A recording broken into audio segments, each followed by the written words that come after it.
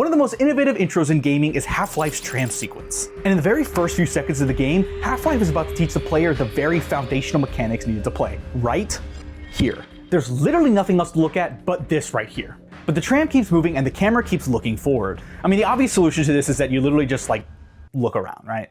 But back in 1998, the tram sequence felt like a cutscene, and typically before you started a game, cutscenes would play and players would have zero control over their character at this time. So Valve designed this entire sequence to literally teach the players the foundational mechanics of movement in this game. And they managed to do it without long-winded tutorials and pop-ups. So with the guard being the only interesting thing on the screen, it kind of makes you want to turn your camera to the left. And with that simple bit of game design, Valve has taught me to move the camera without saying a word. I don't know about you, but that's kind of incredible. So now that the player is able to look around, they'll soon be able to discover that they can physically move around as well. Valve teaches this to the player by having interesting stuff to look at on the left side and the right side of the tram. So it's designed in such a way that the player can now see these things but cannot get a better look at it unless they physically move their character. And I really want to show how great these first 20 minutes are at teaching the player how to play without making it feel like a tutorial. And in my opinion, Half-Life would not have been as successful as it is without this tutorial. Ooh, fancy intro. Ooh.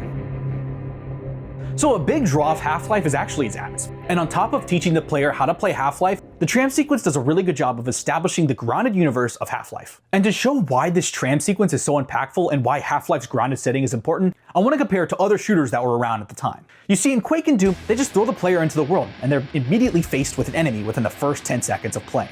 It's kind of like a Mr. Beast video. I dropped a Supermarine into a demon-infested facility, and this is what happened. I don't know how he does that. I want to be clear that starting the game with action is not a bad way to do it, but Half-Life is trying to do something different. I mean, just compare this to this. You have a lot of time to actually process your surroundings and get a grasp of what's going on. And so one of the many ways Half-Life grounds its setting immediately is with the announcer. Open the doors until the train has come to a complete halt. No smoking, eating, or drinking are permitted within the Black Mesa Transit System. None of these announcements are teaching the player how to play or progressing the story. But of course, the Black Mesa facility isn't actually a real place, at least the Half-Life version. But the environments that the player is in feel real. You can see scientists and guards actually running around, helicopters that are whizzing past, robots that are carrying stuff, right? All of these things are just extra little details that add flavor to the world. But the biggest thing about this section is that everything that you see is out of bounds for now. And I think that's important because it sets up that excitement for exploring these locations, right? And since Half-Life, when this game released, was not an established franchise, all of this setup is really necessary. I'm gonna get back to that in a second, but first, I want to talk about the other ways Half-Life silently teaches the player. Half-Life is an extremely linear game, and that expectation is established in this sequence, which I mean, is kind of genius. All of the gameplay of Half-Life unfolds in linear hallways, vents, and chambers. And nothing establishes that more than a tram ride that goes forward. Half-Life is linear, this tram sequence is linear. Plus, like I said, it walks you through all of the major environments you're going to see later on. And seeing all these cool environments but not being able to explore them makes the player think, yes, I want to explore all of these. But since it's out of bounds for now, they'll just have to keep playing to see what's next. So once the tram ride ends, Half-Life now starts one of the best tutorials in games ever. And it's about to teach the player the core loop of the game. And a lot of that has got to do with the NPCs.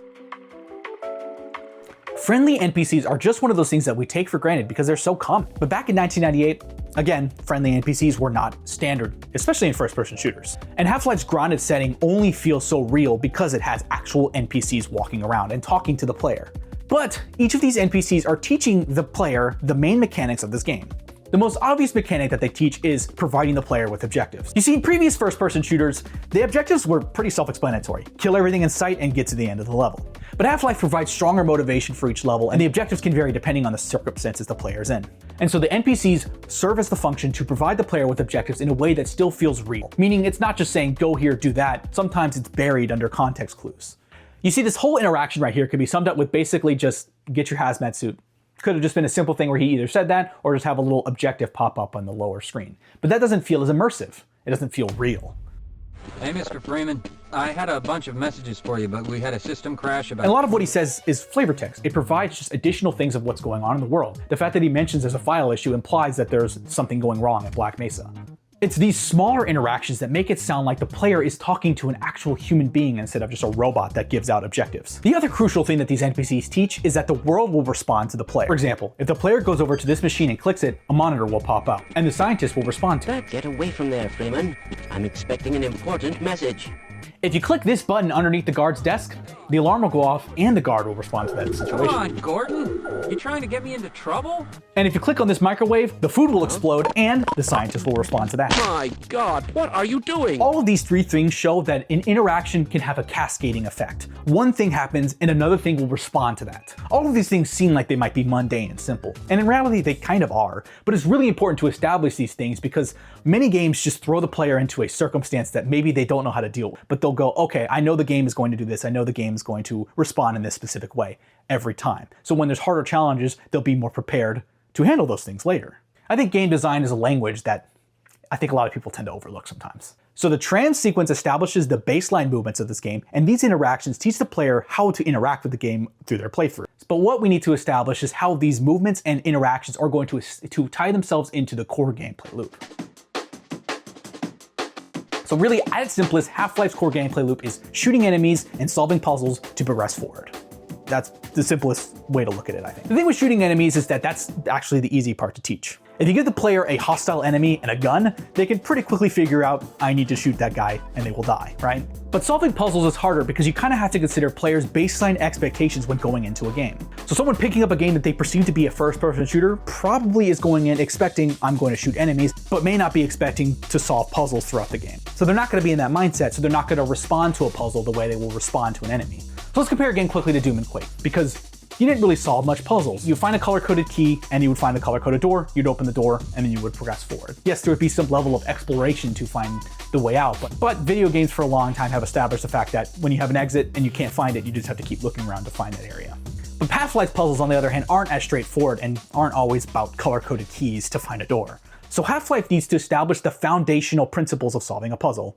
And it basically boils down to this loop. Progress is blocked, and you need to find a solution to progress forward. The challenge is that Valve needs to make sure that the blockage and the solution make logical sense and can be communicated to the player with environmental level design. And this intro does a fantastic job of getting players into the mindset needed to kind of solve these puzzles. And they designed this whole intro to establish their game and level design philosophies. The first way, like I said, is making sure that the world responds. If they're interacting with an object and something actually happens, that should signal to the player that they're on the right track. I mean, that's really important. There's nothing more frustrating in a puzzle game where you're just clicking buttons and interacting with stuff and nothing makes any sense. You need to have some kind of design that grounds the player's solutions in some way, shape, or form. You know, in a lot of ways, it's kind of like conditioning a rat. Gamers are just rats in Valve's sick and twisted experiments.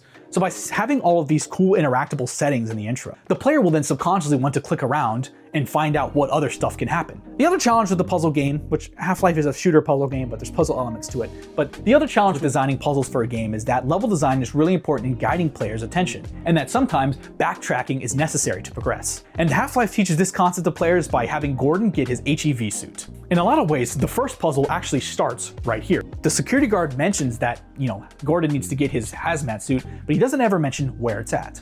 Thankfully, Half-Life's level design is grounded, so it's really as simple as walking through the first couple of rooms and stumbling upon the changing rooms. You see, in real life, where are you going to change your clothes at work? In a changing room. So naturally, that real-world logic applies in-game too.